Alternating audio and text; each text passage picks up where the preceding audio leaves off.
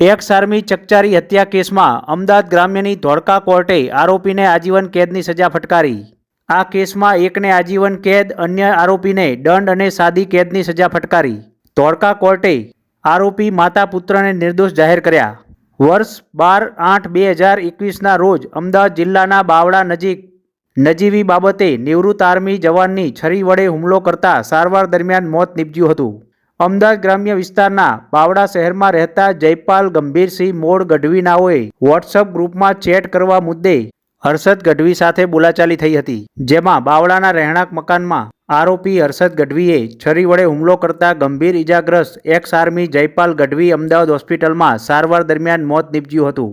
પ્રાપ્ત વિગત અનુસાર મુખ્ય આરોપી હર્ષદ ગઢવીએ જયપાલને મારી નાખવાના ઈરાદે છાતી અને શરીરના અન્ય ભાગે ગંભીર ઇજાઓ પહોંચાડી હતી।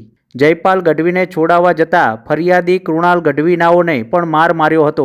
આ સમગ્ર મામલે મૃતક જયપાલ ગઢવીના ભાઈ કૃણાલભાઈ નવલદાનભાઈ ગઢવી નાઓએ અમદાવાદ જિલ્લાના બાવળા પોલીસ મથકમાં હુમલો કરનાર આરોપી હર્ષદભાઈ મહિપતદાન ગઢવી, સુરેશભાઈ મહિપતદાન ગઢવી, પૃથ્વી હર્ષદભાઈ ગઢવી તેમજ રેણુકાબેન હર્ષદભાઈ ગઢવી સામે ફરિયાદ નોંધાવી હતી। પોલીસે 302 હેઠળ હત્યાનો ગુનો સહિતની કલમો હેઠળ ફરિયાદ નોંધાઈ હતી। તાજેતરમાં આ કેસ ચલાવવા માટે સરકાર દ્વારા હુકમ કરીને સરકારી વકીલ હંસરાજસિંહ સોલંકી નાઓને ધોળકા ડિસ્ટ્રિક્ટ કોર્ટમાં મૂકવામાં આવ્યા હતા। આ કેસ 15/5/2026ના રોજ અમદાવાદ ગ્રામ્યની ધોળકા કોર્ટમાં ચાલી જતા ડિસ્ટ્રિક્ટ જજ દ્વારા નિવૃત્ત આર્મી જવાન જયપાલસિંહ ગંભીરસિંહ મોડ ગઢવીના હત્યા કેસમાં મુખ્ય આરોપી હર્ષદભાઈ મહિપતદાન ગઢવીને કલમ 302 હેઠળ આજીવન કેદ તેમજ 307 હેઠળ 10 વર્ષની સજા ઉપરાંત અન્ય આરોપી સુરેશભાઈ મહિપતદાન ગઢવીને કલમ 323 હેઠળ 1000નો દંડ અને 3 માસની સજાનો હુકમ કરવામાં આવ્યો છે। જ્યારે આ કેસમાં આરોપી